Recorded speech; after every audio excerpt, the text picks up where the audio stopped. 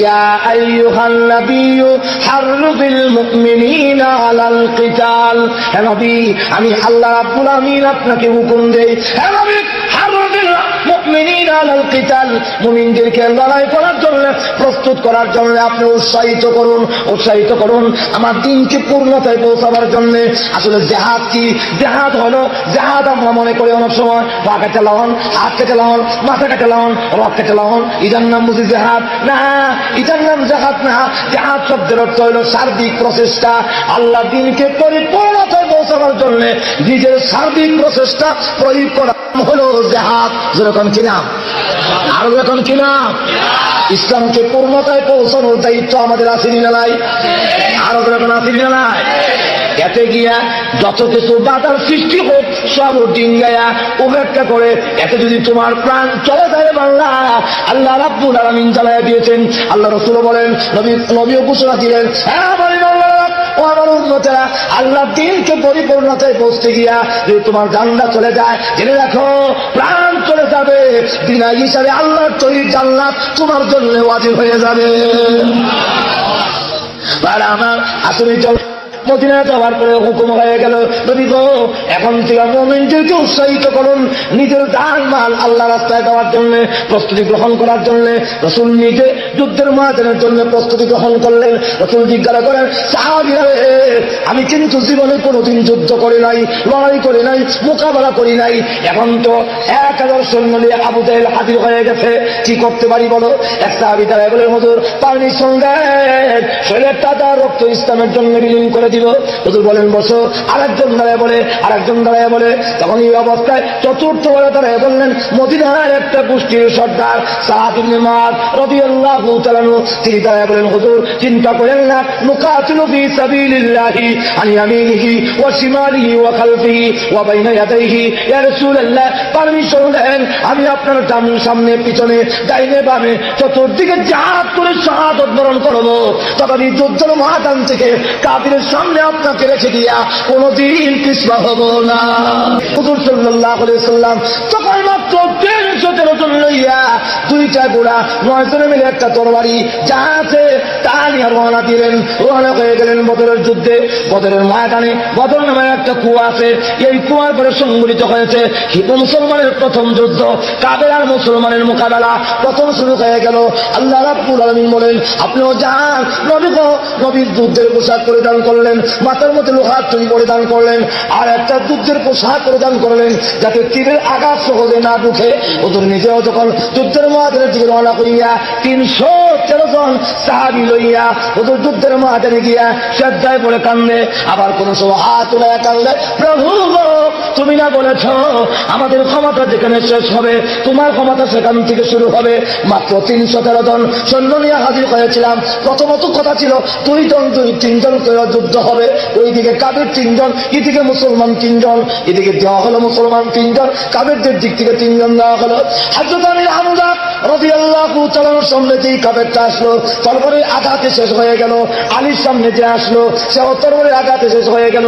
আবু দারদা রাদিয়াল্লাহু তাআলা ওনার সামনে যেই কাফের আসলো, এই কাফেরটার মোকাবেলা তিনি করতে পারল না।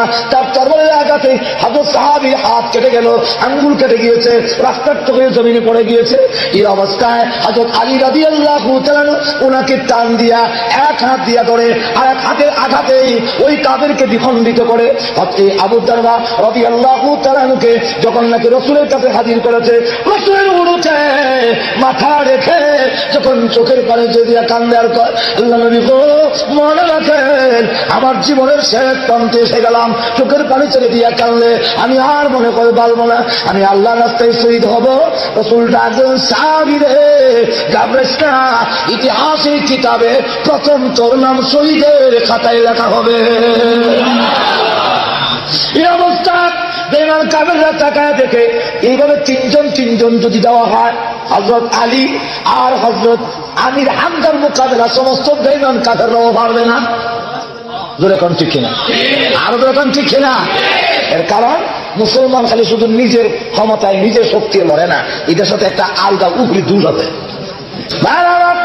আসলে অবস্থা মুসলমানের সাথে আলগা একটা দোষ আছে। দুষ্টা হলো আল্লাহর কুদরতি শক্তি এক হয়ে যায়, যোগ হয়ে যায়। খায়বরের যুদ্ধে রাসূল ডাক দিয়ে বলেন, আগামীকাল এমন লোকের হাতে পতাকা দেওয়া হবে যে লোকের মাধ্যমে খায়বর এলাকা বিজয়ী হবে। মুসলমান আলাদা ময়দানে কাদের একটা ওয়ালের ভিতরে মুসলমান যা তীর মারে, এগুলা হইল সব ওয়ালে একটা এলাকায়। মুসলমান কয়েকদিন ধরে যুদ্ধ করে কোনো লাভ করতে পারতেছে না। রাসূল ডাক দিয়ে বলেন, আগামীকাল এমন লোকের হাতে ইসলামিক পতাকা দেওয়া হবে, জান্নাত দেওয়া হবে, যে লোকের মাধ্যমে খায়বর এলাকায় বিজয়ী হবে। ফজরের নামাজে বড় জমাত হয়েছে, সব সাহাবীরা হাজির। রাসূল সালাম ফিরে বলেন, আলী আছেনি? সাহাবীরা না, হুজুর আলী অসুস্থ, চোখ উঠছে, আবার জ্বর, উনি মসজিদে আসতে পারেন নাই, চোখ লেগে গেছে, আমার মাথা ব্যথা, শরীরে প্রচন্ড তাপ, প্রচন্ড জ্বর। হুজুর আমাদের যে কোনো একজনকে বলেন, আমরা আপনার হাতের দেওয়া দান্দা নিয়ে কাফিরদের মোকাবেলা করবো। রাসূল বলেন, আলীকে নিয়ে আসো। হুজুর অসুস্থ, আলী নিয়ে আসো। আলী কি ব্যাপার? হুজুর চোখ খুলতে পারি না, লেগে গেছে। চোখ ওটা বুঝেন তো, ওটা আরো জোরে এখন বুঝেন না, চোখ লেগে গেছে, প্রচন্ড জ্বর, মাথা দেখেন কত ব্যথা। রাসূল এমনি মুখ থেকে একটু তুতু মোবারক নিয়ে আলীর চোখে লাগাই দিছে। লাগাইতে দিই আলীর চোখ ভালো হইতে একটা সেকেন্ড দেরি হয়েছে না, পূর্ণ সুস্থ হয়ে গেছে। রাসূল হাতে জান্নাত দিয়া বলে, না আমার বিশ্বাস তোর মাধ্যমে ওই এলাকায় ফেতে হবে। জান্নাত নিয়ে যখন হাজির এলো, তাদের কাদের সর্দারদের সেনাপতি, সে ডাক দেয়া বলে, আলী তুমি কার সামনে আসছো জানো? আমি 1000 সৈন্যের মোকাবেলা করতে পারি, আমার সামনে কেউ আসলে আমি খালি ফেরত দেই না। হযরত আলী ডাক দিয়ে বলে, আমি কে তুমি চিনছো? আমি আব্দুল মুত্তালিবের নাতি। কার নাতি? আব্দুল মুত্তালিবের নাতি। আমিও আমার সামনে কেউ আসলে ফেরত দেই না। তাহলে শুরু হয়ে যাক, তুমি আগে করো। মুসলমান কোনদিন কারো উপরে আগে অস্ত্র ধরে না। এখন কথা হলো, ঠিক আছে তুমি সামনে মারো। ও জোরে তরবারি দিয়ে আঘাত করছে। হযরত আলী হাত দিয়ে ঢাল দিয়ে প্রতিহত করলেন, কিন্তু প্রতিহত করতে গিয়া ঢালটা মাঝখান দিয়া দ্বিখণ্ডিত হয়ে গেছে। এই অবস্থায় তার আঘাত প্রতিহত করে এবার বলল, এখন তুমি সামলায়ও, আল্লাহর ভাগের আক্রমণ যে কত শক্ত, এবার কিছু টার হইবা না। চাকরি আল্লাহু আকবারের ধ্বনি দিয়া আঘাত যখন করেছে, তখন ওই কাবের মাঝখানে দুইটা বাঘ হয়ে গেছে। হযরত আলী রাদিয়াল্লাহু তাআলা এখন তার হাতে ঢাল নাই, তীর, বর্ষার আঘাত, তরবারির আঘাত প্রতিহত করার মতো কোনো অস্ত্র নাই। তখন দেখলেন ওই যে খায়বর এলাকায় চতুর্দিকে প্রাচীর দেওয়া একটা শাহী গেট আছে, লোহার গেট। উনি আস্তে করে বাম হাত দিয়া লোহার গেটটা ধইরা যেমনি টান দিলেন, আমরা মাটির থেকে যেইভাবে মূলা উঠাই, উনি লোহার গেটটা এইভাবে উঠাই দিয়েছে। যেই মাত্র লোহার গেটটা টান দিয়ে ছুটে দিছে, রাস্তা যখন পরিষ্কার হয়ে গেছে, আর মুসলমান নারায় তাদের আল্লাহু আকবারের ধ্বনি দিয়া ওই ময়দানের দিকে ধাওয়া করছে। কাফেররা কয় থেকে মানুষ না জিন, আল্লাহই জানে। লোহার গেট পর্যন্ত টেনে ছুড়াই না, এই যে দৌড় লইল, সব ভাইকে গেছে, মুসলমানের বিজয়ী হলো। হযরত আলী পরে যখন নাকি এই ঢালটা জমিনে রাখলেন, তখন লোহার গেটটা শক্তিশালী 70 জন সাহাবী জুড়ে গিয়া ধরে দেখে গেট লড়েই না। হযরত আলী রাদিয়াল্লাহু তাআলা ভাবলেন, এটা আমার গায়ের শক্তি, আমি বাম হাত দিয়ে উঠেছি এবং আমি ঘুরাইছি, দাঁড়াইছি। উনি এবার গিয়া বাম হাত দিয়ে ধরে দেখে, সুবহানাল্লাহ, এখন যেন নড়ে না, যায় না তো দোষ, তাও নড়ে না। দুটো হাত দিয়ে ধরে না টানে, তাও নড়ে না।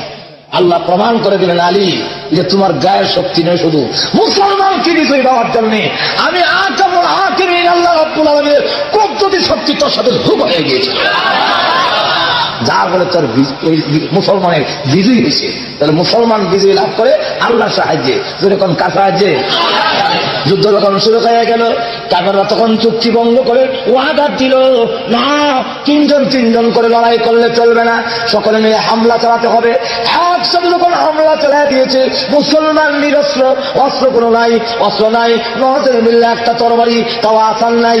এই অবস্থায় তুমুল লড়াই যখন শুরু হয়ে গেল, রাসূল তাকায় দেখে একজন সাহাবীও দেখা যায় না, কাফেররা চতুর্দিক থেকে ঘেরাও করে ফেলেছে। রাসূল তখন ভাবতে লাগলেন, আমার সাহাবীগুলোর অস্ত্র নাই, কিছুই নাই, বাতিলের মোকাবেলা করার জন্য যা ছিল ফেরেশতা নিয়ে জবায়ে পড়েছে, এমনি রাসূল সাজদায় পড়ে কাঁদলে, আল্লাহ তুমি যদি চাও, বুখারী শরীফের কিতাবুল মাকাদি অধ্যায়ের মধ্যে উল্লেখ করেছে, রাসূল কাঁদলে আর কয়, আল্লাহ তুমি যদি চাও এই জমিনে তোমার ইবাদত জারি রাখতে, প্রভু তাহলে আমার সাহাবীগুলোকে একবারে শহীদ করে দিও না, আর যদি তোমার ইচ্ছা হয় এই জমিন থেকে তোমার নাম মিটাই নিতে, আল্লাহ তাহলে আমার দরখাস্ত মঞ্জুর করে তুমি সাহায্য করো। হাত এভাবে উঠে গেছে, এত উপরে উঠে কাঁদলে, এমনি দেখা যায় আল্লাহ ডাক দিয়ে বলেন, বন্ধু আমার আর কাঁদবেন না, আপনার দরখাস্ত মঞ্জুর করেছি, একটু মাথাটা ডান দিকে ঘুরায় দেখুন, আমি আল্লাহ 500 ফেরেশতা এদের সেনাপতি জিবরাইলকে নিযুক্ত করে দিয়েছি। ডান দিকে আবার তাকায় দেখুন, আরো 500 ফেরেশতা এদের সেনাপতি হযরত মিকাইল আলাইহিস সালাতু ওয়াস সালামকে নিযুক্ত করেছি। মিকাইল এবং জিবরাইলের নেতৃত্বে এই বদরের যুদ্ধে প্রথমত 1000 ফেরেশতা নাযিল করে দিলাম। আমার এই যুদ্ধ শুরু হয়ে গেল, বাতিলের সাথে মোকাবেলা শুরু হয়ে গেল। এরপর থেকে শুধু নবী নয়, অনেক যুদ্ধ করেছেন, রাসূল নিজে নেতৃত্ব দিয়েছেন। এরপরে অনেকটা রাসূলের পক্ষ থেকে প্রেরণ করা হয়েছে বাতিলের মোকাবেলা করার জন্য। এইভাবে এক ধারাবাহিকতা আবু বকর সিদ্দিক রাদিয়াল্লাহু তাআলা শাসনামলেও ওই সমস্ত বেঈমান কাফেরদের সাথে যারা ছিল মুসাইলামাতুল কাযযাবের অনুসারী, 12,000 সাহাবী শাহাদাত বরণ করে মুসাইলামাতুল কাযযাব যে ভণ্ড নবী দাবি করেছিল খাতনা নবুয়তকে টিকে রাখার জন্য, 12,000 সাহাবী শাহাদাত বরণ করে মুসাইলামাতুল কাযযাবকে পৃথিবী থেকে বিদায় করে আল্লাহর বিধান কায়েম করে খাতনা নবুয়ত সংরক্ষণ করেছে। হযরত ওমর রাদিয়াল্লাহু তাআলা শাসনামলেও যুদ্ধ অব্যাহত ছিল, লড়াই অব্যাহত ছিল। উনি এই সময় যুদ্ধে ছিলেন একবারে ইয়ারমুক পর্যন্ত যখন পৌঁছে গেল তার সেনাবাহিনী, তাদের নেতৃত্বে ছিলেন খালিদ বিন ওয়ালিদ রাদিয়াল্লাহু তাআলা। যখন কে খালিদ বিন ওয়ালিদ রাদিয়াল্লাহু তাআলা, উনি যে যুদ্ধে যান এই যুদ্ধে কোনোদিন পরাজয় হয় না, উনি এই যুদ্ধে বিজয়ী হয়। আমার পৃথিবীর সর্বোচ্চ স্থান যেখানে, সেখানেও 40 গজ পানি হয়েছে, সব আল্লাহ ভেঙ্গে চুরমার করে দিয়েছেন, সব ভেঙ্গে শেষ হয়ে গেল। আল্লাহ রাব্বুল আলামিন আপন করে এই পৃথিবী গড়ে নিলেন। এই সমাজে জুলুম অত্যাচার আবার একটু বন্ধ হলো। পৃথিবীতে কিছুদিন যেতে না যেতেই আবার অন্যায় জুলুম অত্যাচার প্রতিষ্ঠিত হয়ে গেল। আবার যখন নমরুদ বাহিনী, নমরুদের স্বৈরতন্ত্র যখন কায়েম হলো, আল্লাহ রাব্বুল আলামিন প্রেরণ করে দিলেন হযরত ইব্রাহিম আলাইহিস সালাতু ওয়াস সালামকে। ইব্রাহিম আলাইহিস সালাতু ওয়াস সালাম আবার দাওয়াত দিলেন, লা ইলাহা ইল্লাল্লাহু ইব্রাহিম খলিলুল্লাহ। দাওয়াতের কাজ শুরু হয়ে গেল। নমরুদের কায়েমি স্বার্থবাদীরা এবং এই নমরুদের স্বৈরতন্ত্র তখন তার মোকাবেলা হয়ে দাঁড়ালো। শেষ পর্যন্ত বিজয়ী হলো ইব্রাহিম আলাইহিস সালাম, আর নমরুদ ধ্বংস হলো। যেরকম ঠিক না আবার শুরু হয়ে গেল ফেরাউনের স্বৈরতন্ত্র। এই অবস্থায় আবার যখন আল্লাহ রাব্বুল আলামিন পাঠিয়ে দিলেন মুসা আলাইহিস সালাতু ওয়াস সালামকে, মুসা আলাইহিস সালাতু ওয়াস সালাম একদিকে একা কালিমার দাওয়াত দেন, আরেকদিকে ফেরাউন বাহিনী লক্ষ লক্ষ মানুষ, আরেকদিকে শুরু হয়ে গেল সংঘাত। হযরত মুসা আলাইহিস সালাতু ওয়াস সালাম শেষ পর্যন্ত বিজয়ী হলেন, ফেরাউন বাহিনী নিমজ্জিত হলো। আবার এইভাবে আস্তে আস্তে ধারাবাহিকতায় মুহাম্মদুর রাসূলুল্লাহ সাল্লাল্লাহু আলাইহি ওয়াসাল্লামকে যখন প্রেরণ করা হলো, ওই সমাজের অবস্থা এমন তখন জুলুম অত্যাচার বড় হয়ে গেল। মানুষ আল্লাহ ছেড়ে দিয়া মূর্তির সামনে মাথা নত করে, কেউ আছে আগুনের সামনে মাথা নত করে, কেউ আছে বৃক্ষের সামনে মাথা নত করে, কেউ আছে পাথরের সামনে মাথা নত করে, আর কেউ আছে লিঙ্গের সামনে মাথা নত করে। এই যখন শুরু হয়ে গেল, হুজুর সাল্লাল্লাহু আলাইহি ওয়াসাল্লামকে পালালেন। হুজুর 40টি বছর পর্যন্ত কোনো দাওয়াত দিলেন না, কোনো কাজ করেন নাই, দাওয়াতের কাজ করলেন না। আল্লাহ রাব্বুল আলামিন রাসূলকে প্রতিষ্ঠিত করার জন্য 40টি বছর পর্যন্ত লুকায় রাখলেন, প্রকাশ করতে নিষেধ করলেন। হুজুর 40 বছরের ভিতরে একটি মিথ্যাও যখন বলেন নাই, দুকা দেন না, ওয়াদা লঙ্ঘন করেন না। এমন লোকেই সমাজের নেতৃত্ব নিতে পারে। সমাজের লোকের নেতৃত্ব এমন হাতে থাকবে, তার জীবনে কোনোদিন মিথ্যা বলে না, জীবনে কোনোদিন দুকা দেয় না, জীবনে কোনোদিন মানুষকে অন্যায় কথা বলে না, জীবনে কোনোদিন ওয়াদার বরখেলাপ করে না, জীবনে যিনি কোনোদিন মদ পান করে না, বেবিচারে লিপ্ত হয় না। এমন লোকের হাতে ইমামতি আসলে এই দেশের লোকেরা শান্তি পেতে পারে। যেরকম ঠিক না, আরো যেরকম ঠিক না। কিন্তু আমরা এমন লোকের হাতও ইমামতি দেই যার ইমামতি চালাবার মতো যোগ্যতা, লম্পট, বাটলার, ধোঁকাবাজ, সাফাবাজ, যেরকম ঠিক না, যার ইমামতির আদৌ যোগ্যতা নাই, এমন লোকের হাতে ইমামতির দিলে অবস্থাটা কি হবে? যেরকম কি হবে? শেষ পর্যন্ত সকলের নামাজ নষ্ট হইল। এক লোক ইমামতি দিছে, এই লোক 4 রাকাত নামাজ পড়ে আসে, সে একটা সৌসেটা দিলেন। জিজ্ঞাসা করলো সৌসেটা দিলেন কেন? তো ইমাম সাহেব জবাব দেয়, আমার বাতাস গিয়েছিল গা, এই জন্য একটা সৌসেটা দিছে। ঠিক আছে, বাতাস বাতাস গেলে কি সৌসেটা দিলে নামাজ হইব? আর ওরকম হবে নাকি? তো নামাজ কখন যায় কখন থাকে এটা বোঝার যোগ্যতা যার হাতে নাই, যার জ্ঞানে নাই, এমন লোক যদি ইমামতি পায় নামাজ চলবো তো ভালো। এটা তো ছোট্ট মসজিদ, এই বিশ্ব ব্রহ্মাণ্ডটা হলো বড় মসজিদ। রাসূল বলেন জুইলাত লিয়াল আরদু কুল্লুহা মাসজিদাম ওয়া তুহুরা, তামাম পৃথিবীকে, এই বিশ্ব ব্রহ্মাণ্ডকে আল্লাহ রাব্বুল আলামিন আমার জন্য মসজিদ বানিয়ে দিয়েছেন।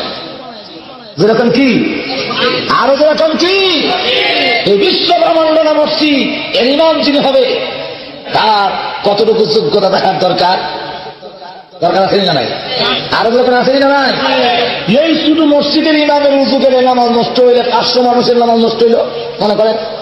আর এই বিশ্ব ব্রহ্মাণ্ডের যার হাতে থাকবে, দেশের নেতৃত্ব যার হাতে থাকবে, তাদের উজু নষ্ট হইলে কয় হাজার মানুষের উজু হইল, কয় হাজার মানুষের নামাজ নষ্ট হবে, হিসাব আছে?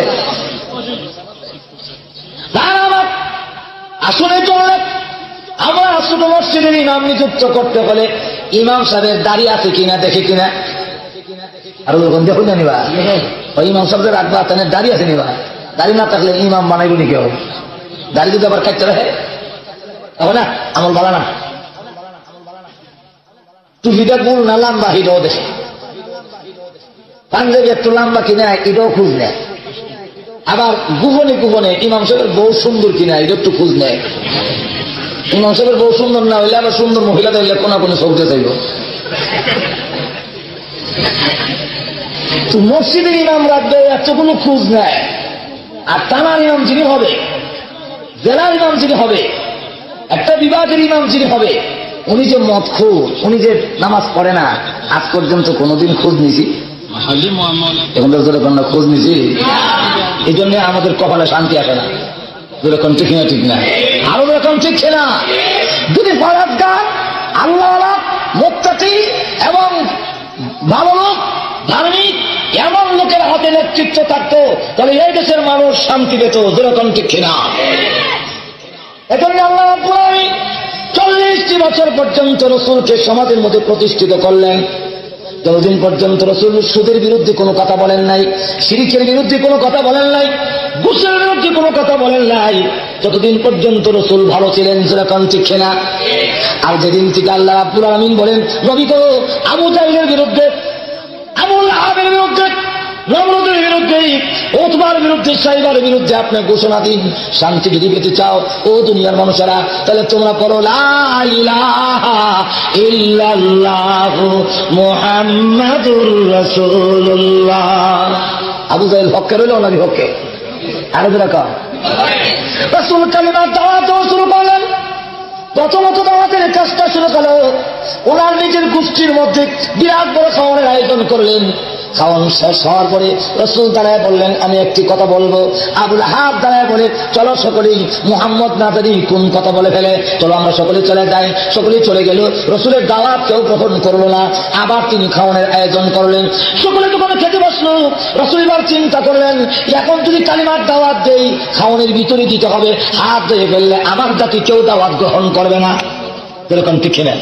তাই খাওয়ানোর মাঝখানে হুজুর দাঁড়ায় গেলেন, এই আমার গোষ্ঠীর লোকেরা শোনো, আমি জীবনে একটা মিথ্যা কথা বলি নাই, ঠিক? হ্যাঁ ঠিক। আমি জীবনে কাউকে ধোঁকা দিই নাই, ঠিক? হ্যাঁ ঠিক। আমি জীবনে কোনোদিন ওয়াদা লঙ্ঘন করি নাই, ঠিক? হ্যাঁ ঠিক। কেন, কেমনে? বাস্তব দিচ্ছি তোমাকে। এক লোক রসুল এক লোকের কাছে কিছু পয়সা পাবেন, তারা একসাথে ব্যবসা করেছিলেন। তো লোকটাকে বললো আমার টাকাটা দিয়ে দাও। ওই লোকটা বললো আপনি একটু কোনো দাঁড়ান, আমি টাকাটা নিয়ে আসি। এই কথা বলে গেল, আর রসুলের কথা মনে নাই। 3 দিন পরে এই রাস্তা দিয়ে যাবার সময় দেখে যেই জায়গায় রসুলের সঙ্গে কথা হয়েছিল সেই জায়গায় 3 দিন পর্যন্ত রসুল দাঁড়ায় আছে। জিজ্ঞাসা করলো আপনি কেন দাঁড়ায় আছেন? তুমি না বলে গেলে আমি কেন দাঁড়ানোর জন্য? তোমার সঙ্গে যেহেতু ওয়াদা করছি আমি কেন দাঁড়াবো, এই জন্য তোমাকে না হওয়া পর্যন্ত আমি জাকাত ছাড়ি না। সুবহানাল্লাহ। তাহলে তোমরা বলো আমি জীবনে মিথ্যা বলেছি না, ওয়াদা লঙ্ঘন করেছি না। তাহলে আজ যা বলি তা সত্য, মিথ্যা হতে পারে না। যদি কল্যাণ পেতে চাও ইহকালের মৃত্যু খোঁজা ছাড়ো, আগুনের খোঁজা ছাড়ো, লিঙ্গের খোঁজা ছাড়ো, সবগুলো ছেড়ে দিয়ে তাহলে বলো লা ইলাহা ইল্লাল্লাহু মুহাম্মাদুর রাসূলুল্লাহ। 2 নম্বর হলো মানুষের তৈরি কোন মতবাদে কোন আইনে মানুষের শান্তি হতে পারে না। যেরকম ঠিক না এই কথা ঘোষণা দেওয়ার পরে পরকালীন মুক্তি যদি পেতে চাও তো লা ইলাহা ইল্লাল্লাহ ছাড়া কোনো উপায় নাই। এমনি আবুল আহাবের দ্বারা কয় করছিলাম না, আমি তো বলছিলাম যে কিছু বলে ফেলবে, এই জন্যই বুঝে আমাদেরকে খাওয়াইছিলেন। এই কথা বলে সে উঠে চলে গেল। এদিনের দাওয়াত গ্রহণ করলো একটি যুবক, তার নাম হলো হযরত আলী। যেরকম কে? হযরত আলী। তিনি বললেন ঠিক আছে আপনার দাওয়াত আমি গ্রহণ করলাম। এত জোরে কর না। এরপরে আল্লাহ রাব্বুল আলামিন হুকুম দিলেন আরেকটু অগ্রসর হন, আরেকটু দাওয়াতের কাজটা সম্প্রসারণ করুন। তখন রাসূল একটি পাহাড়ে উঠে দাওয়াত দিলেন। ওই দিন যখন দাওয়াত দিতে দাঁড়ালেন পাহাড়ে উঠে ডাক দিলেন, ও আমার গোষ্ঠীর লোকেরা, ও কুরাইশ বংশের লোকেরা, আমি যদি বলি এই পাহাড়ের অন্তরালে একজন লোক আছে, পুলিশ আছে, তোমাদেরকে এখনই গ্রেফতার করবে, আমার কথা বিশ্বাস হবে? হ্যাঁ। কেন বিশ্বাস হবে? যেহেতু আপনি জীবনে মিথ্যা বলেননি, আজও মিথ্যা বলবেন না। 2 নম্বর হলো আপনি যেহেতু পাহাড়ের টিলায়, অতএব আপনি পাহাড়ের দুটো দিক দেখেন আর আমরা একদিক দেখি। যে পাহাড়ের উপরে থাকে সে পিছনে কি আছে না আছে সেটা তো তার চোখের সামনে বেঁচে ওঠে। রাসূল বলেন ঠিক তেমনি ভাবে জীবনে কোনোদিন মিথ্যা বলি নাই, আজও বলবো না। আর আমি যেভাবে পাহাড়ের টিলায় তাকায় দুটো সাইড দেখি, ঠিক তেমনি ভাবে আমি নবী হওয়া দুনিয়াও দেখি, জাহান্নামও দেখি। জাহান্নাম আমার চোখের সামনে মহান আল্লাহ রাব্বুল আলামিন তুলে ধরেন। আমি জাহান্নাম মাঝে মাঝে আমার চক্ষু দিয়ে দেখি, জান্নাত দেখি আমার চোখের সামনে তুলে ধরেন। জান্নাতের হুর ও গিলমান, জান্নাতের বালাখানা এবং জাহান্নামের আগুন, জাহান্নামের শাস্তি সব আমার চোখের সামনে তুলে ধরা হয়। আমি চোখকে দেখে বলতেছি তোমরা যদি লা ইলাহা ইল্লাল্লাহু মুহাম্মাদুর রাসূলুল্লাহ এই কালিমার দাওয়াত গ্রহণ না করো তাহলে জাহান্নামের পুলিশরা তোমাদেরকে গ্রেফতার করে জাহান্নামে নিয়ে যাবে। আবু লাহাব হাতে পাথর ধরায় নিয়ে তাব্বান লাকা আলি হাযা জামাতানা, তুমি ধ্বংস হও, তুমি বুঝি এই জন্যই আমাদের জমা করেছিলে? আর একটি কথা যদি বলো পাথর দিয়ে আমি তোমাকে ঢিল ছুড়ব। সঙ্গে সঙ্গে আল্লাহ রাব্বুল আলামিন তার জবাবে কোরআনের একখান আয়াত নাযিল করলেন, একখান সূরা নাযিল করলেন। সে বলছে রসুলকে তাব্বান লাকা আলি হাযা জামাতানা, আর রসুল আল্লাহ বলেন তাব্বাত ইয়াদা আবি লাহাবি ওয়া তাব্বা। আল্লাহ রাব্বুল আলামিন বলেন আবু লাহাবের দুনো হাত ধ্বংস হোক। দুনো হাত বলল কেন? যে হাতে পাথর নিয়ে রাহমাতুল লিল আলামিনকে মারতে আসলো। আল্লাহ রাব্বুল আলামিন বলেন এই দুটোটা হাত ধ্বংস হয়ে যাক। আল্লাহ রাব্বুল আলামিন রাসূলকে জানায়া দিলেন নবী গো আপনি ঘাবড়েন না, আপনি দাওয়াতের কাজ করে যান, আপনাকে হত্যা করবে, আপনাকে এই করবে সেই করবে, হুমকি দেয় না, চাও পারবে না আপনাকে শহীদ করতে। স্বয়ং আমি খোদা হলাম আপনার 24 ঘন্টার পাহারাদার। আমি স্বয়ং খোদা আপনার হেফাজত করবো, আপনি কালিমার দাওয়াত দিয়ে যান। উম্মে জামিল রাসূলের আপন চাচি আবু লাহাবের বড় হাতে পাথর লইয়া রাহমাতুল লিল আলামিনকে মারতে গিয়েছে খানায় কাবার কাছে। যেই মাত্র খানায় কাবার কাছে গিয়েছে পাথর মারবে, আবু বকর সিদ্দিক বলেন হুজুর তাকায় দেখেন না আপনার চাচি আসতেছে, হাতে পাথর দেখা যায়, কোমর কাপড় বেঁধে আসতেছে, এখন কি করা যায়? আল্লাহ রাসূল বলেন আবু বকর চিন্তা করিস না, আমি আল্লাহর কোরআন পড়ি, আল্লাহ আমার হেফাজত করবেন। রাসূল কোরআন তেলাওয়াত শুরু করে দিয়েছে। উম্মে জামিল এসে ডাক দিয়ে বলে ও আবু বকর তোমাকে দেখি, তোমার সাথীরা কোথায়? আবু বকর বলেন আমি দেখতেছি, সে দেখে না। এতে প্রমাণিত হয়ে গেল সে রাসূলকে দেখতেছে না, তো অতএব আমি বলে লাভ নাই। সে ওমকে দিয়ে চলে গেল। সে কি জানে না আমার ডাবল পাওয়ার? কি পাওয়ার? আর এখন কি পাওয়ার? ডাবল পাওয়ার কেমনে? আমি এক সর্দারের বউ আর এক সর্দারের কন্যা। ডাবল পাওয়ার হয়েছে না? আর এখন ডাবল হয়েছে না? আমরা তো এক পাওয়ারের টেলাই টিকি না। আর একজন মহিলা ডাবল পাওয়ার, আমি এক সর্দারের বউ আর এক সর্দারের কন্যা। এই অবস্থায় সে কি জানে না আমার বিরুদ্ধে কেন কোরআনের আয়াত নাযিল হলো? আমি তাকে হত্যা করতে এসেছিলাম, তার ভাগ্য ভালো, তার কপাল ভালো, আমি তাকে পেলাম না। আবু বকর সিদ্দিক মনে মনে বলে, আমি দেখি তুই দেখোস না, এইটাও আমি বুঝলাম না। সে চলে গেলেন। আবু বকর সিদ্দিক বলেন, হুজুর আমি আপনাকে দেখি, উম্মে জামিল আপনাকে দেখলো না, কারণটা কি? রাসূল ডেকে বলেন, আবু বকর কেন দেখো না? তুমি কি আল্লাহর কোরআন শরীফ পড়ো না? আল্লাহ রাব্বুল আলামিন আমাকে জানায়া দিয়েছেন, ওয়া ইযা ক্বারাতাল কুরআনা ওয়াজআলনা বাইনাকা ওয়া বাইনাল লাযীনা লা ইউমিনুনা বিল আখিরাতি হিজাবাম মাসতুরা। নবী গো, আপনি যখন কোরআন শরীফ তেলাওয়াত করেন, তখন আমি আল্লাহ আপনার এবং কাফিরের মাঝে আমি আল্লাহর পক্ষ থেকে একটা গোপন পর্দা দিয়া ঢাকা রাখি।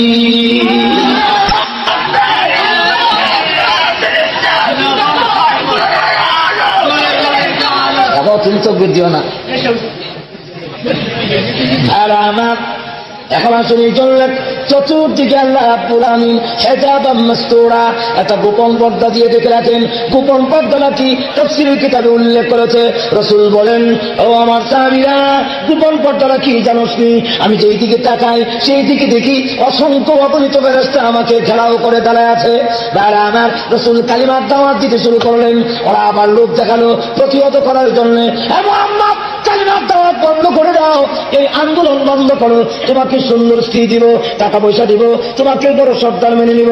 রাসূল ডাক দিয়ে বলেন, না, দাওয়াতের কাজ বন্ধ করতে পারি না, এটা আমার ব্যবসা নয়, এটা আমার পেশা নয়, এটা আমার দায়িত্ব। যেরকম কি আরো যেরকম কি ব্যবসা মনে করে, তাদের ব্যবসাটা দেখানো বেশি পয়সা পায়, ঠিক হয়ে যায়। যেরকম ঠিক খেলেন এই জাতীয় কিছু ব্যবসায়ীও আসেনি, বন্ধ করে এখন আসেনি নয় যে 1000 দিলে 1 ঘন্টা, 1500 দিলে 1.5 ঘন্টা, 2000 দিলে 2 ঘন্টা, 3000 দিলে 3 ঘন্টা। কেমন আসেনি ব্যবসায়ী? আরো করে কোন আসেনি না? নাই। আমার আসলে জন্য হুজুর ডাক করেন না। বুখারী শরীফে উল্লেখ করেছে, ওই আকাশের সূর্য যদি এক হাতে এনে দাও আর এক হাতে যদি চন্দ্র এনে দিতে পারো, জেনে রাখো এমন কঠিন কাজ যদি করতে পারো, তথাপি আমি নবী একটি মুহূর্তের জন্য কালিমার দাওয়াত বন্ধ করব না। আমার এই অবস্থায় দাওয়াতের কাজ শুরু হয়ে গেল, প্রতিবন্ধকতা শুরু হয়ে গেল। হুজুরের গলায় গামছা লাগাইয়া, কাপড় লাগাইয়া, দুই দিক থেকে টান দিয়েছে, সার বন্ধ হয়ে গেছে, চেহারা লাল হয়ে গেছে, রক্তাক্ত হয়ে গেছে, হুশ হারিয়ে ফেলেছেন, অজ্ঞান হয়ে পড়েছি। তারপরে হুশ আসার পরে আবার শুরু করেছেন, ও দুনিয়ার মানুষেরা, কল্যাণ যদি বেঁচে চাও, শান্তি যদি বেঁচে চাও, বলো লা ইলাহা ইল্লাল্লাহু মুহাম্মাদুর রাসূলুল্লাহ সাল্লাল্লাহু আলাইহি ওয়াসাল্লাম। কালিমার দাওয়াত দেওয়া শুরু করলেন। হুজুরের দাওয়াতে কয়েকজন লোক মুসলমান হলো। লুকাইয়া লুকাইয়া একজন সাহাবী ছিল যায়েদ ইবনে আরকাম রাদিয়াল্লাহু তাআলা, ওনার ঘরের ভিতরে গোপনে গোপনে প্রশিক্ষণ দেয়, গোপনে গোপনে ট্রেনিং দেয়। লুকাইয়া লুকাইয়া তারা মুসলমান। এই অবস্থায় কালিমার দাওয়াত শুরু হয়ে গেল, নির্যাতন শুরু হয়ে গেল। শুধু নবী না, যারা নাকি কালিমার দাওয়াত গ্রহণ করে তাদের প্রতিও নির্যাতন চলে। সাহাবীরা জিজ্ঞাসা করেন, ইয়া রাসূলুল্লাহ মাতা নাসরুল্লাহ, আল্লাহর সাহায্য কোন দিন আসবে? নির্যাতন শুরু হয়ে গেছে। কোন সাহাবীকে পাগল উঠে গলা রশ্মি দিয়ে বেঁধে রাস্তা দিয়ে টানে, চামড়াগুলো খসে পড়ে যায়, বস্তুগুলো খসে পড়ে যায়। কোন সাহাবী আছে আগুনের মধ্যে শোয়া দেওয়া হয়, কোন সাহাবী আছে আগুনের আঙ্গার মধ্যে শোয়ানো হয়। এই নির্যাতন শুরু হয়ে গেল। এমনকি রাহমাতুল লিল আলামিন পর্যন্ত মার খেতে লাগলেন, রক্তাক্ত হন, মার খায়, আঘাত করা হয়, মাথা ফাটানো হয়। এই অবস্থার মতো কালিমার দাওয়াত দিতে শুরু করলেন। এই দাওয়াত বন্ধ করেন না। এই অবস্থায় যারা দাওয়াত গ্রহণ করে তাদেরকেও যখন নির্যাতন করে, সাহাবীরা বর্তমান হুজুর আল্লাহর সাহায্য কোন দিন আসবে গো? আপনারা বলেছেন আল্লাহর সাহায্য আসবে, কোন দিন আল্লাহর সাহায্য আসবে? রাসূল ডাক দিলেন, সাহাবীরা এখন সহ্য করো, সবর করো, ধৈর্য ধারণ করো, আল্লাহর সাহায্য আসবে, এতে কোনো সন্দেহ নাই। আল্লাহর সাহায্য আসার আগে আগে তোমাদের যদি মরণ হয়ে যায়, আমি নবী ওয়াদা দিলাম আল্লাহর তৈরি জান্নাত তোদের জন্য ওয়াজিব হয়ে যাবে। বলতেছিলাম আসুন, এইভাবে নির্যাতন শুরু হয়ে গেল। প্রতিবাদ করার কোন হুকুম নাই। আল্লাহ রাব্বুল আমিন বলেন, মার খাও, নির্যাতন ভোগ করো, সব করো, এখনো পারমিশন নাই, নির্যাতন ভোগ করতে থাকো। এমনকি রাহমাতুল লিল আলামিন পর্যন্ত নির্যাতনের শিকার। এমন কোন জায়গা নাই নয়, যে জায়গায় আঘাত লাগে নাই। মা আয়েশা হুজুরের শরীর মোবারক চুলকায়, আল্লাহ নবীকে বলে আয়েশা গো আমার পিঠটা চুলকায় দাও। মা আয়েশা চুলকায় আর কয় নবী গো আমার জীবনে কোনোদিন দেখি নাই গো আপনার গায়ে একটা মশা মাছি বসতে। ওগো নবী জীবনে কোনোদিন ফুট খালি হলো না, কালো কালো দাগগুলো কিসের দেখা যায়? রাসূল ডাক দিয়ে আয়েশা এই দাগগুলো কিন্তু বসন্তের দাগ নয়, এই দাগগুলো মশার কামড় নয়, তাদের যুবকরা পাথর মেরেছিল আজ পাথর তো আমার দেহের মধ্যে কালো হয়ে আছে। তারা আমার হুজুর সাল্লাল্লাহু আলাইহি সাল্লাম পর্যন্ত নির্যাতনের শিকার হলেন, সাহাবায়ে কেরাম নির্যাতনের শিকার। দাওয়াতের কাজ শুরু হতে হতে একদিন যখন নাকি নির্যাতনের চরম অবস্থায় গিয়ে পৌঁছে গেল, এমনকি রাহমাতুল লিল আলামিনকে যখন নাকি জালাল করে ফেলেছে, আল্লাহ নবীকে শহীদ করে দিবে, আল্লাহ তাআলা বলতো আমার আর মক্কা টাকার সুযোগ নাই, আবার চলে যান আপনি মদিনার দিকে। রাসূল ডাক দিয়ে বলে আলী রে আমি চলে যাই মদিনায়, লোকেরা আমার কাছে টাকা জমা রেখেছে, অনেক কিছু আমানত রেখেছে, আমি তাদের এগুলো ফেরত দিতে পারি। তো আমার বিছনায় তুই শুয়ে পড়, আমার কবলি গা দিয়ে শুয়ে পড়, আমার চাদর গায়ে দিয়ে মোড়া দিয়ে শুয়ে পড়, আমি চলে গেলে আমার পক্ষ থেকে টাকা পয়সা আমানতের জিনিসগুলো ফেরত দিয়ে তুই চলে আসবি। বলেন আমি চাদর মোড়া দিয়ে শুইলাম আর নিয়ত করলাম রসুলের বিছনায় বেঈমান কাফিররা আমাকে মনে করে রসুল মনে করে সবাই করে ফেলবে, তাতেও আমার কোনো আপত্তি নাই। আল্লাহ রসুলের সাহায্য করতে গিয়ে যদি জীবন দিতে পারি কিয়ামতের কঠিন ময়দানে আমার জীবন সার্থক হয়ে যাবে। তাহলে আমরা শুনি অবস্থায় আলী রাদিয়াল্লাহু তাআলা চাদর মোড়া দিয়ে শুইলেন, রাসূল ঘর থেকে বের হয়ে গেলেন। আমার এই লম্বা ঘটনা বলার সময় নাই, শুধু সংক্ষেপে সংক্ষেপে গিন দিয়ে যায়।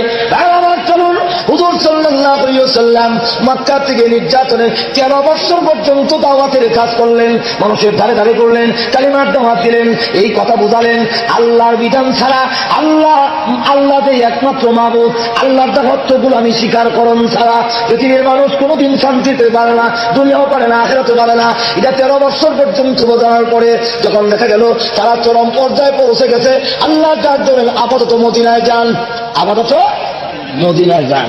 আমরা অনেক সময় গজল গায় কি জানেনি? মক্কাবাসী কাফির গণের জ্বালা যন্ত্রণা করিয়া নবী গেলেন মদিনা। তাই না? এরকম এই কথার সবটা ঠিক। 13 বছর পর্যন্ত মাইল খাইলেন, কাফিরদের জ্বালা যন্ত্রণায় যদি হবে আগে দৌড় দিলেন না কেন? ঠিক না? গজলের মধ্যে অনেক সময় আঁকা মিঠা লাগাইল থাকে, ছন্দ মিলাইতে গিয়া অনেক সময় বাড়াইল কমাইল থাকে, যেরকম ঠিক না। আর গজলগুলো হইল গানের বিকল্প, যেরকম কিসের বিকল্প?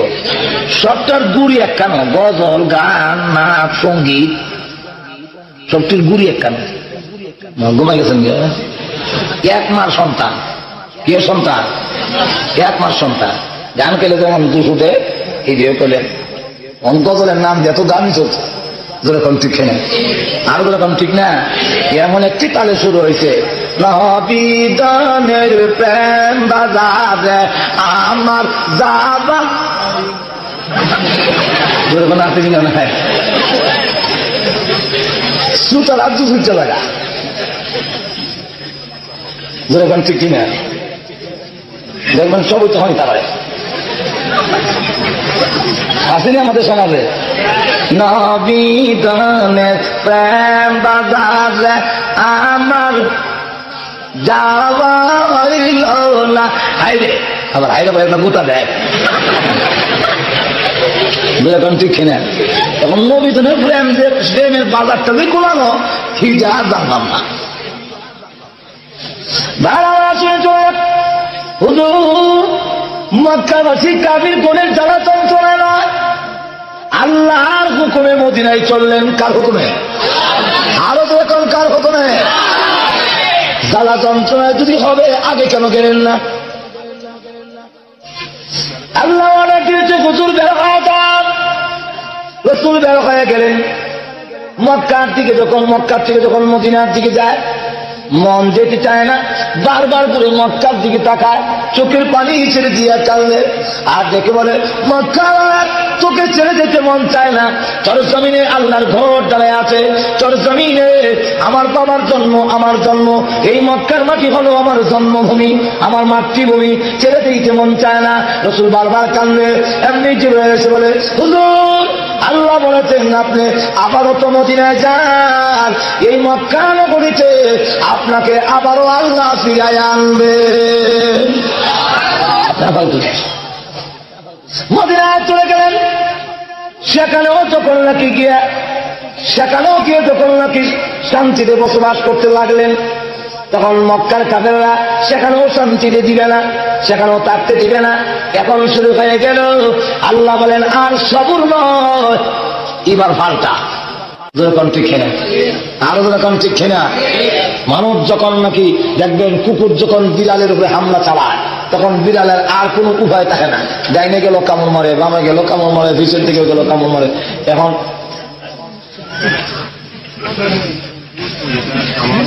কুকুরও প্রস্তুতি নিয়ে রাখছে, বিড়াল আর যাওয়ার ভয় নেই। আমাকে শেষে চিন্তা করে একটা পথ বাই করে, এমন মরো এর কালো দুটো সব দিয়ে মরো।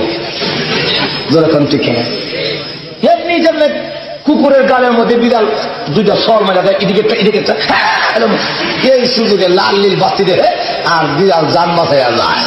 যেরকম ঠিক না, আরো যেরকম ঠিক না। ঠিক মুসলমানরা যখন দেখে ইমান আমল নিয়ে বাঁচার কোনো উপায় নাই, ডাইনে গেলে আক্রমণ, বামে গেলে আক্রমণ, পিছু হাঁটলে আক্রমণ, চতুর্দিক থেকে যখন বাতিল শক্তি গ্রাস করতে থাকে, তখন একটি পথই খোলা থাকে, হয়তো ইমান নিয়ে শত্রুর মোকাবেলা করে ইমান নিয়ে বেঁচে থাকা, আর না হয় ইমান নিয়ে আল্লাহর দরবারে শাহাদাতের মৃত্যু নিয়ে হাজির হওয়া।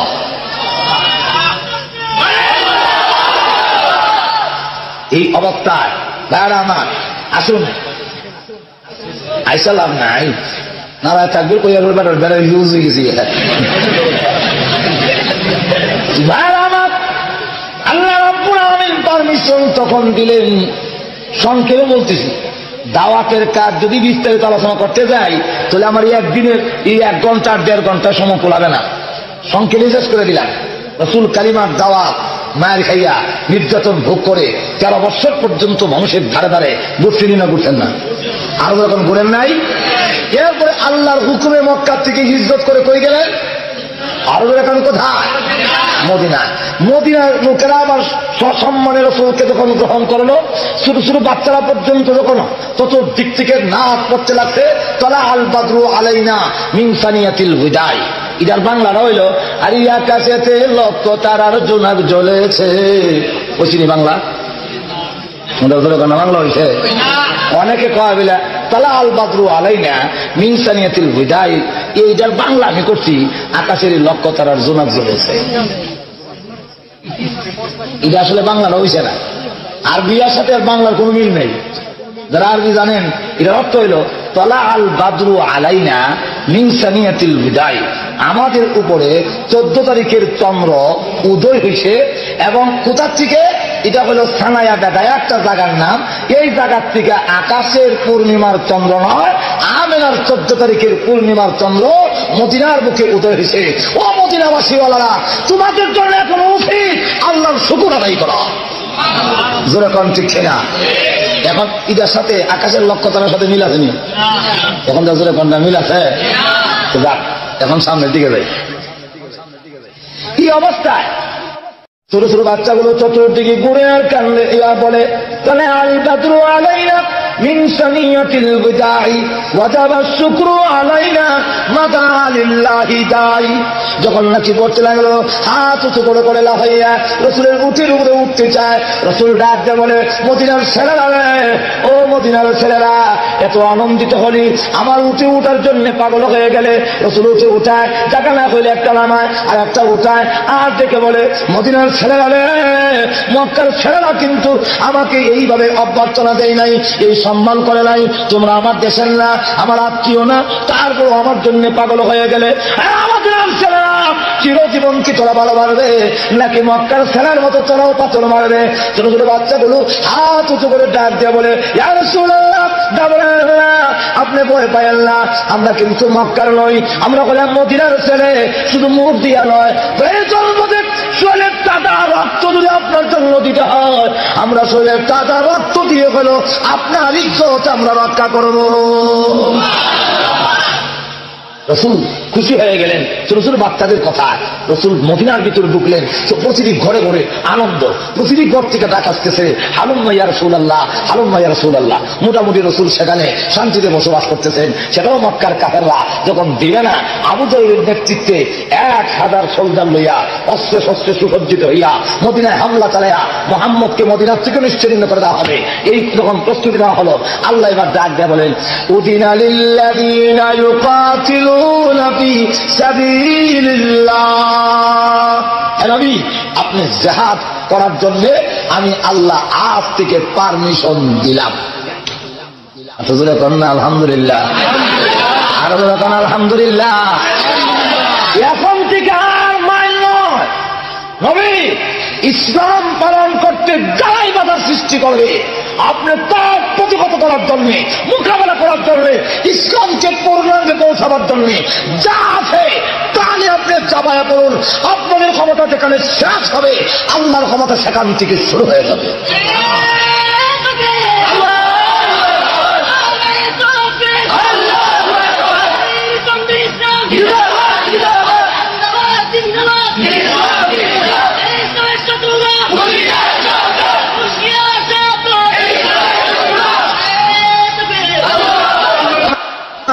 এই তখন শুরু হয়ে গেল। আল্লাহ বলেন পারমিশন দিলাম, শুধু পারমিশন না, অন্য আয়াতের মধ্যে বলেন, ইয়া আইয়ুহান নাবিয়্যু হাররিদিল মুমিনিনা আলাল কিতাল। হে নবী, আমি আল্লাহ রাব্বুল আমিন আপনাকে হুকুম দেই, হে নবী হাররিদিল মুমিনিনা আলাল কিতাল, মুমিনদেরকে লড়াই করার জন্য, প্রস্তুত করার জন্য আপনি উৎসাহিত করুন, উৎসাহিত করুন আমার দিনকে পূর্ণতায় পৌঁছাবার জন্য। আসলে জিহাদ কি? জিহাদ হলো, জিহাদ আমরা মনে করি অনেক সময় পা কেটে লাওন, হাত কেটে লাওন, মাথা কেটে লাওন, রক কেটে লাওন, ইটার নাম বুঝি জিহাদ না, ইটার নাম জিহাদ না। জিহাদ শব্দের অর্থ হলো সার্বিক প্রচেষ্টা, আল্লাহ দিনকে পরিপূর্ণতায় পৌঁছাবার জন্য নিজের সার্বিক প্রচেষ্টা প্রয়োগ করা হলো জিহাদ। যেরকম কি নাম, আরো যখন কি নাম, ইসলামকে পূর্ণতায় পৌঁছানোর দায়িত্ব আমাদের আছে না নাই? আরো যখন আছে না নাই? এতে গিয়া যত কিছু বাধার সৃষ্টি হোক সব ডিঙ্গায়া উপেক্ষা করে, এতে যদি তোমার প্রাণ চলে যায় বাংলা, আল্লাহ রাব্বুল আলামিন জ্বালায়া দিয়েছেন। আল্লাহ রাসূল বলেন, নবীও ঘোষণা দিলেন, হ্যাঁ বলেন ও আমার উম্মতেরা, আল্লাহ দিনকে পরিপূর্ণতায় পৌঁছতে গিয়া যদি তোমার জান্নাত চলে যায়, জেনে রাখো প্রাণ চলে যাবে, বিনা হিসাবে আল্লাহর তৈরি জান্নাত তোমার জন্য ওয়াজিব হয়ে যাবে। আর আমার আসলে চল মদিনা যাওয়ার পরে হুকুম হয়ে গেল, নবী গো এখন থেকে মুমিনদেরকে উৎসাহিত করুন নিজের জান মাল আল্লাহ রাস্তায় দেওয়ার জন্য, প্রস্তুতি গ্রহণ করার জন্য।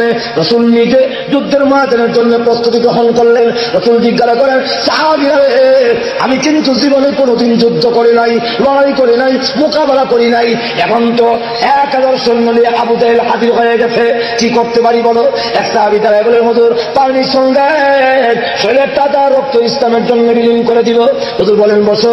আরেকজন দাঁড়ায় বলে, আরেকজন দাঁড়ায় বলে, তখন এই অবস্থায় চতুর্থ বলে দাঁড়ায় বললেন মদিনার একটা গোষ্ঠীর সর্দার সাদ ইবনে মুআয রাদিয়াল্লাহু তাআলা আনহু, তিনি দাঁড়ায় বলেন, হুজুর চিন্তা করেন না, নুকাতিলু ফি সাবিলিল্লাহি আন ইয়ামিনিহি ওয়া শিমালিহি ওয়া খালফিহি ওয়া বাইনা ইয়াদাইহি, ইয়া রাসূলুল্লাহ পারমিশন দেন, আমি আপনার সামনে পিছনে ডাইনে বামে চতুর্দিকে জিহাদ করে শাহাদাত বরণ করব, তখন এই যুদ্ধের ময়দান থেকে কাফিরের সামনে আপনাকে রেখে দিয়া কোনদিন পিছপা হব না।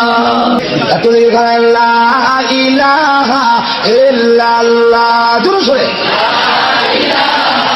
ইল্লাল্লাহ, লা ইলাহা ইল্লাল্লাহ, ইল্লাল্লাহ, লা ইলাহা ইল্লাল্লাহ,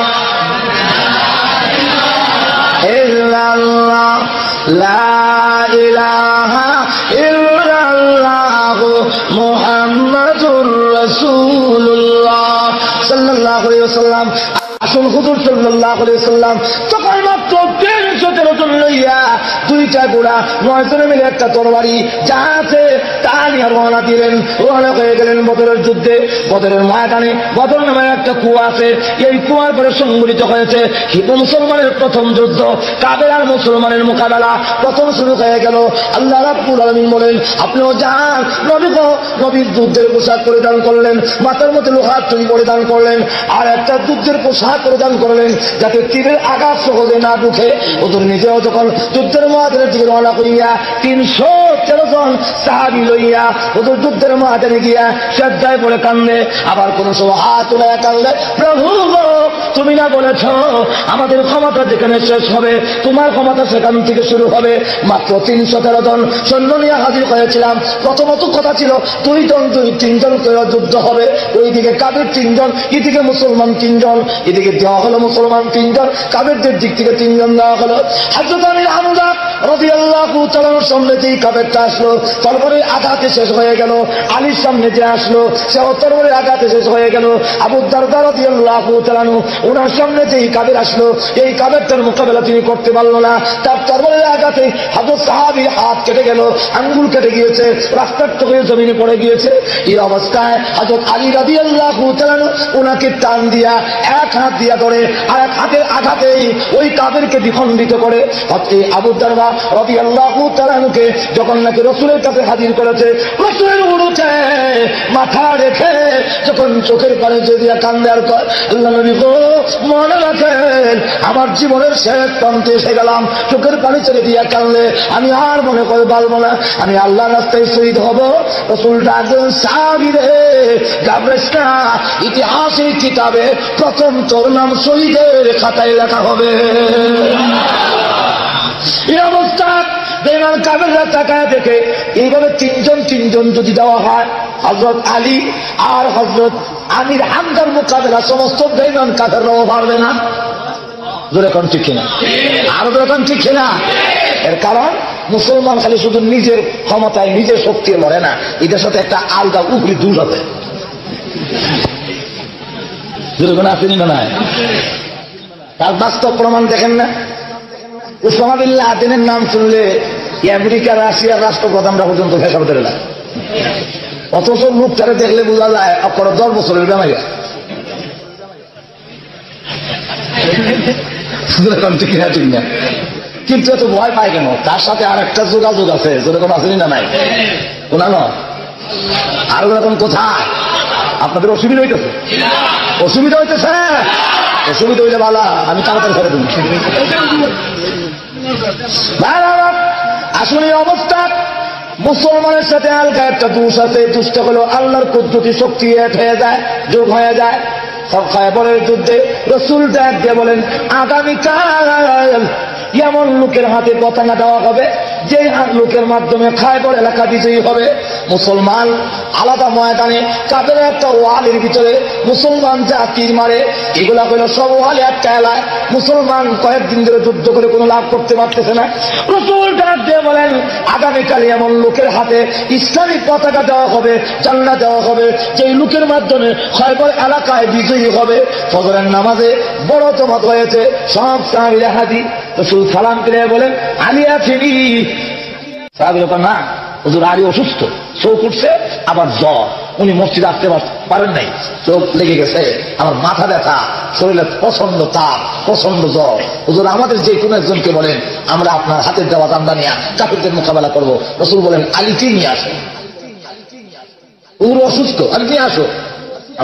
আলী কি ব্যাপার? হুজুর চোখ খুলতে পারি না, লেগে গেছে। চোখ ওটা বুঝেন তো? ওটা আরো জোরে কোন বুঝেন না?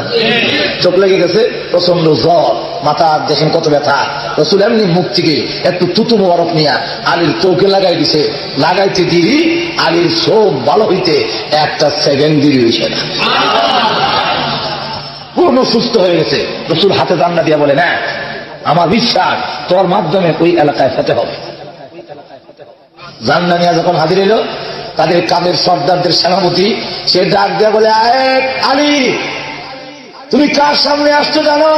আমি 1000 সৈন্যের মোকাবেলা করতে পারি, আমার সামনে কেউ আসলে আমি খালি ফেরত দেই না। হযরত আলী ডাক দিয়ে বলে, আমি কে তুমি চিনছো? আমি আব্দুল মুত্তালিবের নাতি। কার নাতি?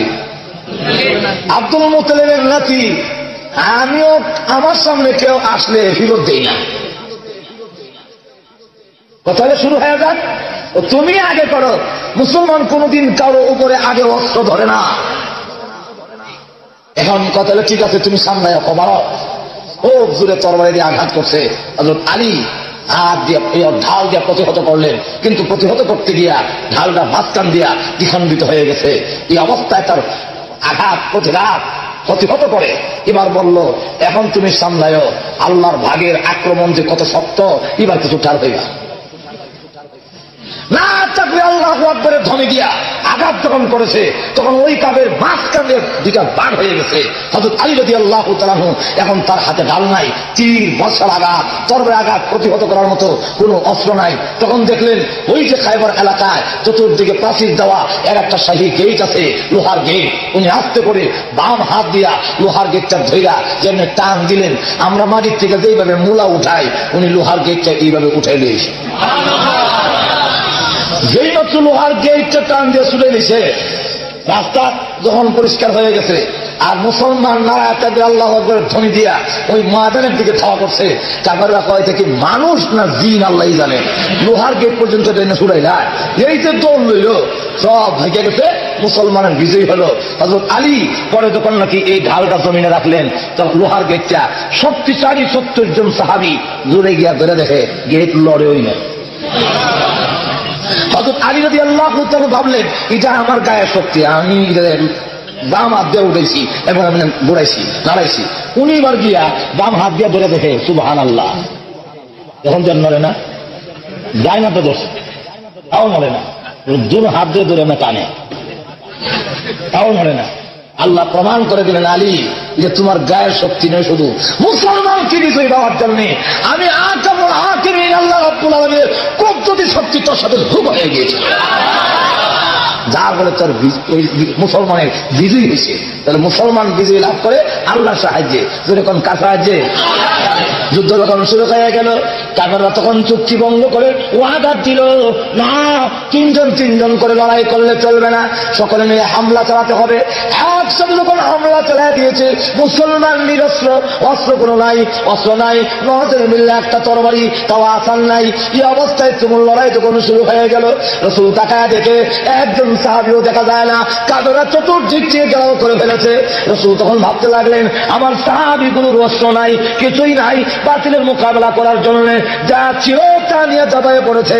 এমনি রাসূল সাজদায় বলে কাঁদলে, আল্লাহ তুমি যদি চাও, বুখারী শরীফের কিতাবুল মাগাজি অধ্যায়ের মধ্যে উল্লেখ করেছে, রাসূল কাঁদলে আর কয়, আল্লাহ তুমি যদি চাও এই জমিনে তোমার ইবাদত জারি রাখতে, প্রভু তাহলে আমার সাহাবীগুলোকে একবারে শহীদ করে দিও না। আর যদি তোমার ইচ্ছা হয় এই জমিন থেকে তোমার নাম মিটাই নিতে, আল্লাহ তাহলে আমার দরখাস্ত মঞ্জুর করে তুমি সাহায্য করো। হাত এভাবে উঠে গেছে, এত উপরে উঠে কাঁদলে। এমনি দেখা যায় আল্লাহ ডাকতে বলেন, বন্ধু আমার আর কাঁদবেন না, আপনার দরখাস্ত মঞ্জুর করেছি। একটু মাথাটা ডান দিকে ঘুরায় দেখুন, আমি আল্লাহ 500 ফেরেশতা এদের সেনাপতি জিবরাইলকে নিযুক্ত করে দিয়েছি। ডান দিকে আবার তাকায় দেখুন, আরো 500 ফেরেশতা এদের সেনাপতি হযরত মিকাইল আলাইহিস সালাতু ওয়াস সালামকে নিযুক্ত করেছি। মিকাইল এবং জিবরাইলের নেতৃত্বে এই বদরের যুদ্ধে প্রথমত 1000 ফেরেশতা নাযিল করে দিলাম। হ্যাঁ আমার এই যুদ্ধ শুরু হয়ে গেল, বাতিলের সাথে মোকাবেলা শুরু হয়ে গেল। এরপর থেকে শুধু নবী নয়, অনেক যুদ্ধ করেছেন, রাসূল নিজে নেতৃত্ব দিয়েছেন। এরপরে অনেকটা রাসূলের পক্ষ থেকে প্রেরণ করা হয়েছে বাতিলের মোকাবেলা করার জন্য। এইভাবে এক ধারাবাহিকতা আবু বকর সিদ্দিক রাদিয়াল্লাহু তাআলা শাসনামলেও ওই সমস্ত বেঈমান কাফেরদের সাথে যারা ছিল মুসাইলামাতুল কাযযাবের অনুসারী 12,000 সাহাবী শাহাদাত বরণ করে, মুসাইলামাতুল কাযযাব যে ভণ্ড নবী নবী করেছিল খাতনা নবুয়তকে টিকে রাখার জন্য, 12,000 সাহাবী শাহাদাত বরণ করে মুসাইলামাতুল কাযযাবকে পৃথিবী থেকে বিদায় করে আল্লাহর বিধান কায়েম করে খাতনা নবুয়ত সংরক্ষণ করেছে।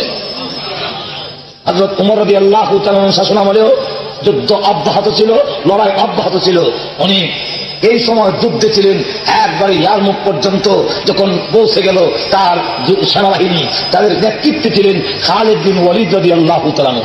যখন কে খালিদ বিন ওয়ালিদ রাদিয়াল্লাহু তাআলা আনহু, উনি যে যুদ্ধে যান এই যুদ্ধে কোনোদিন পরাজয় হয় না, উনি এই যুদ্ধে বিজয়ী হয়। হযরত ওমর রাদিয়াল্লাহু তাআলা আনহু খলিফা হইয়া তিনি সর্বপ্রথম একটা চিঠি লিখলেন সেনাপতির কাছে যে আজ থেকে আপনাকে সেনাপতির পদ থেকে বরখাস্ত করা হইল, আর জীবনে কোনোদিন সেনাপতি হতে পারবেন না, এবং আপনার পরিবর্তে আবু উবাইদা ইবনুল জাররাহ রাদিয়াল্লাহু তাআলা আনহুকে সেনাপতির পদ দেওয়া হলো।